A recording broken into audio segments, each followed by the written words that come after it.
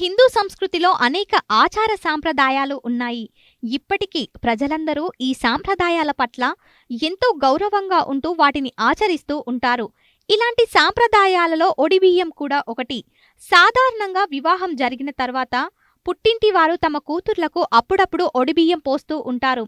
ఇలా ప్రతి ఏడు కూతుర్ని ఇంటికి పిలిచి తల్లిదండ్రులు తమ స్తోమతకి తగ్గట్టు కొత్త బట్టలు తెచ్చి ఒడిబియ్యం పోస్తూ ఉంటారు.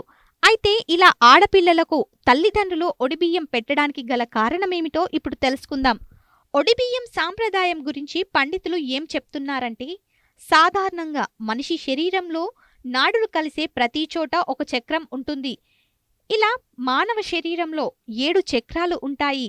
ఈ 7 చక్రాలలో గౌరీదేవి 7 రూపాయలలో నిక్షిప్తమై ఉంటుంది. అందులో ఒకటి మణిరూప చక్రం నాభి వద్ద ఉంటుంది. ఈ మణిరూప చక్రంలోని మధ్య భాగంలో ఒడియాన పీఠం ఉంటుంది. ఈ ఒడియాన పీఠంలో ఉండే శక్తిని మహాలక్ష్మిగా భావిస్తారు. అందువల్ల వివాహం జరిగిన తర్వాత ఆడపిల్లలకు ఒడిబియ్యం సమర్పించడం అంటే ఒడియాన పీఠంలో ఉన్న మహాలక్ష్మి అనే శక్తిని బియ్యం సమర్పించడం అని అర్థం. అందువల్ల ఆడపిల్లలను ఇంటి మహాలక్ష్మిగా భావించి వివాహం తర్వాత ఒడిబియ్యం పోస్తూ ఉంటారు.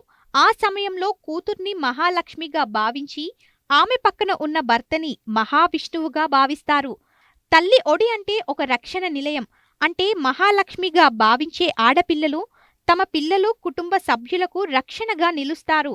తల్లిదండ్రులు తమ బిడ్డకు ఒడిబియ్యం పోసే సమయంలో బియ్యం మాత్రమే కాకుండా అష్టైశ్వర్యాలను కూడా పోస్తారు.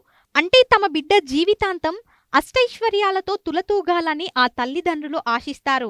ఆ సంతోషంతో కూతురు తన పుట్టిల్లో అష్టైశ్వర్యాలతో తులతూగాలని తన ఒడిబియ్యంలో నుండి 5 పిడికిళ్ల బియ్యంని తన పుట్టింటికి ఇచ్చి పుట్టింటి మహద్వారానికి పసుపు కుంకుమ పెట్టి అత్తగారింటికి వెళ్ళిపోతుంది.